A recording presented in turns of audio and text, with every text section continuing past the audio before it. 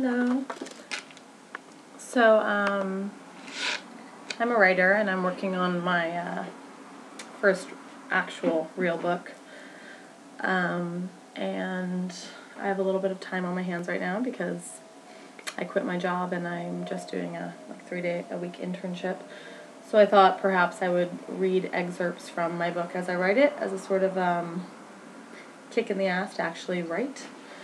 And in the hopes that maybe, I don't know why my computer is zooming in on me, in the hopes that maybe I can get some feedback, positive or otherwise. So this book is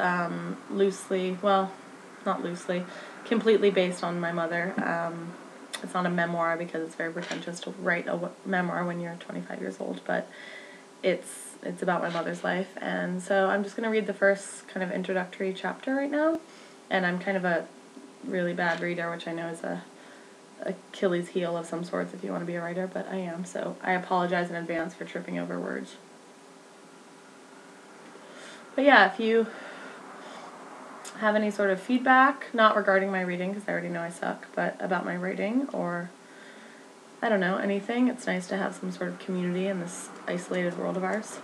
Okay, so this is the first chapter, and the working title for my book is Care of Good Fortune. And obviously all of this is copyrighted by me, Eugenia Borkowski. My mother was the most beautiful person in the world.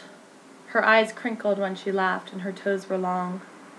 She dressed in men's sports jackets, pressed us fresh orange and carrot juice for breakfast, and always insisted on sleeping on the floor, using a jacket or her favorite green army blanket as her source of warmth. Sometimes she slept under the piano or crawled into bed with me, her cold feet searching for warmth underneath the covers, her breath smelling like baking soda. She was thin and tall, her skin reddish-brown from too much exposure to the sun and her refusal to ever wear sunscreen. She wore her long, dark brown hair back in a tight bun on the nape of her neck. She smelled like bark and cherries. She spoke carefully and used big words. She studied day and night, sitting Indian-style on the floor, surrounded by papers and open books, the margins filled with her musings and notes. She bought us books on Eastern philosophy, civil rights, holistic medicine, and music composition before we were even old enough to read. She never did laundry. She called me and my little sister treasure mouths when we said something clever and scattered jazz riffs out loud when she was trying to ignore us. As a child, I would wake up early to hear her practicing the piano in the living room, improvising on Bach and Chopin. She would look up as I entered the room, her fingers still dancing across the keys, and ask me to turn a page in her music book for her. At night, I would curl up next to her in the living room on our papasan futon, and she would read to me out of fairy tale books.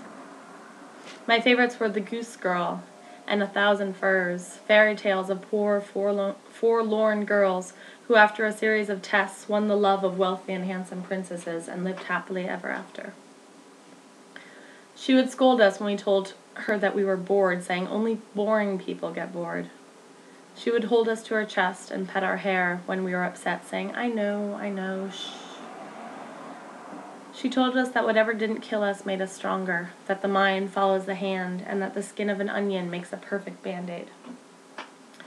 She would cut ropes of eucalyptus branches from the trees that surrounded the hills of our California home, and snap the leaves in half, rubbing the potent oil against her collarbone and thin wrists. Perfume, she would say. Her purse was filled with rocks she had found during her hikes, and cracked sand dollars filled with salty sand, which she picked up while at the beach, where she would go on early mornings to be alone and write in her journals. She always carried books with her, journals and letters. Whenever she left the house, she had at least 17 books with her. She walked almost everywhere she went and would tally up her grand total distance for us when she returned home, counting the miles off of her fingers. I walked 14 miles today. No, 13 miles. Our house was always cluttered, not messy, but chaotic. We had 1,000,000 books, but not a single bookshelf. As a result, the books lined our walls in thick stacks, leaning like a dozen towers of Pisa towards each other, threatening to tumble to the ground at any moment. We had so few dishes that didn't matter if we ever did them. Our clothes were all washed by hand and lay around the house stiff and half damp. Jeans flung from the shower rods, dripping stains of indigo into our bathtub. Blankets were flung over the balcony, and socks and underwear lined our bunk beds and occasionally were placed in the warm oven to dry faster, filling our house with the smell of singed cotton. My mother worked as a cashier at a grocery store, a yoga teacher, a maid, a piano instructor, a landscaper, a sandwich maker, a poet, a teacher, a mother. She took whatever job she could without shame, telling us it was character and the contents of our minds that proved our worth and not our place of employment. She told us she would be perfectly happy cleaning toilets for a living, as long as she had her pen and paper and her piano to come home to. She listened to Thelonious Monk and Billie Holiday on her tape player when she was happy, and Pink Floyd's The Wall when she was sad. My mother didn't believe in TV. She didn't believe in laziness. She didn't believe in depression or ego. She threw about these statements of disbelief in a way that was not merely disapproving, but in a way that indicated that in the mind of Miriam Halliday Borkowski, these things did not exist at all. She took long baths to relax and walked around the house naked, unembarrassed and unashamed.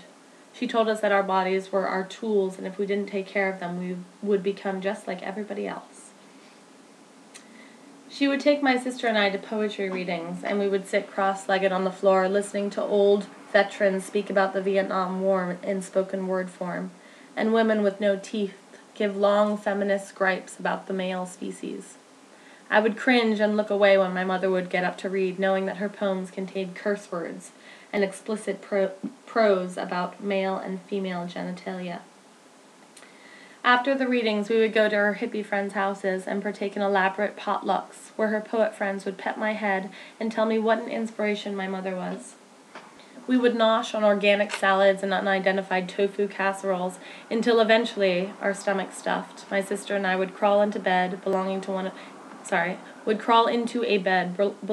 of my mother's friends and fall asleep, only to be awakened at midnight or later to our mother's voice telling us it was time to walk home. As a child, my mother was my idol. I mimicked her at everything she did, attempting to do headstands next to her, helping her grind grain for bread, and sitting next to her at our piano stool, trying, without much success, to play the right hand of whatever piano piece she was working on. When she worked late, I would try to stay up until she got home, sitting up in bed with excitement every time I heard any noise that would indicate her arrival. The sound of the key in the door, the straining of the waterlogged wooden stairs outside the entrance of our apartment building. When something went wrong and we had to move, I trusted her. Trusted that she knew what she was doing, that everything would turn out for the best. I would never argue with her choices, even when I had to uproot my life, leave friends behind, switch schools, leave prized possessions or pets with friends. I followed her blindly throughout my life, without question, because I knew what she was aiming for. To always improve your mind, to open yourself to the experience of life, to never be stifled by the reality around you, to look ahead and never behind. We lived at peace and let the wind lead us to our next destination.